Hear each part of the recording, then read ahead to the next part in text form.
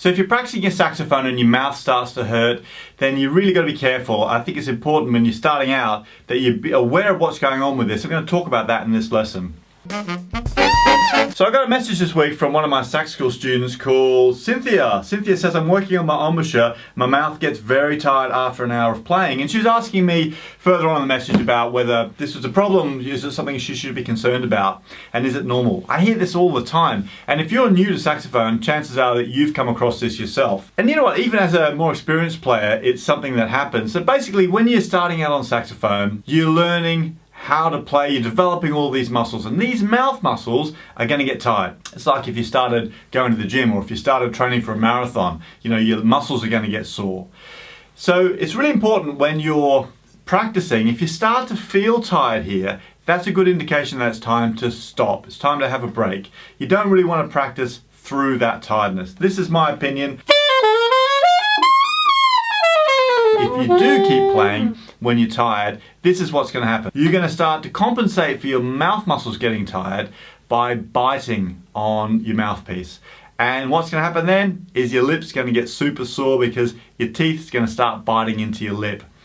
So really, it's so important when you're practicing to always think about your embouchure. You know, if we're practicing efficiently, we're going to learn and improve the most quickly, is that the right way to say it? And that means really thinking about how your mouth feels, thinking about making a good seal around that mouthpiece all the time, particularly when you're doing long tones.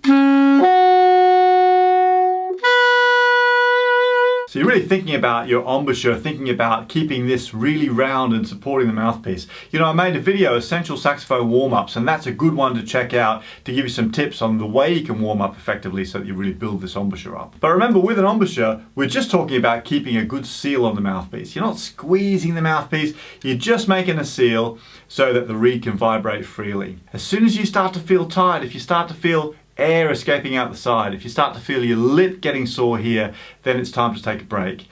So a good thing to think about is really measuring the amount of time that you're practicing, particularly when you're starting out. You might find at the start 10 minutes or 15 minutes is your limit and you're really starting to get tired after that.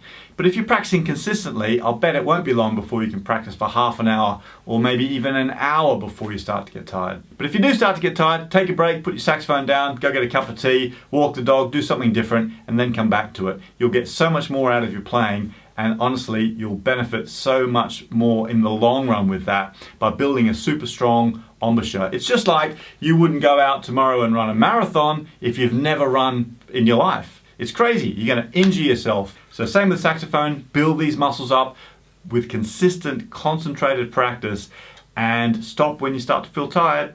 And honestly, you're going to get a great sound before you know it. Hey, as always, leave me a comment. Let me know if you've struggled with a sore lip or how you go about getting around it, or maybe even how long you practice for. Your comments really help me to make better videos. And if it's your first time here, click the subscribe button so you get notified of the new videos when they're coming out. I'm making them all the time, and hopefully they're going to help you stay inspired and help you to practice better. See you next time.